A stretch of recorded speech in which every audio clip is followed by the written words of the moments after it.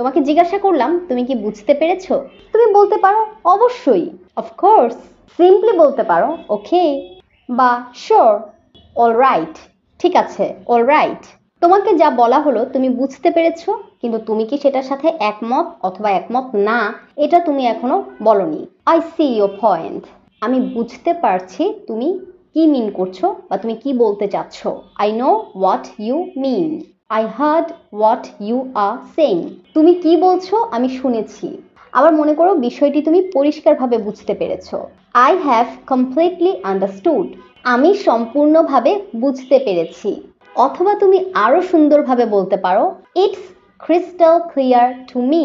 এটা আমার কাছে একদম স্বচ্ছ। আবার কোনো কিছু বুঝতে পারলে আমরা সাধারণত যেই কথাটা বেশি বলি সেটা হলো আই হ্যাভ গট ইট। আমি বুঝতে পেরেছি, আই হ্যাভ গট ইট। স্পোকেনের ক্ষেত্রে অনেক সময় গট ইট এটাও বলা যায়।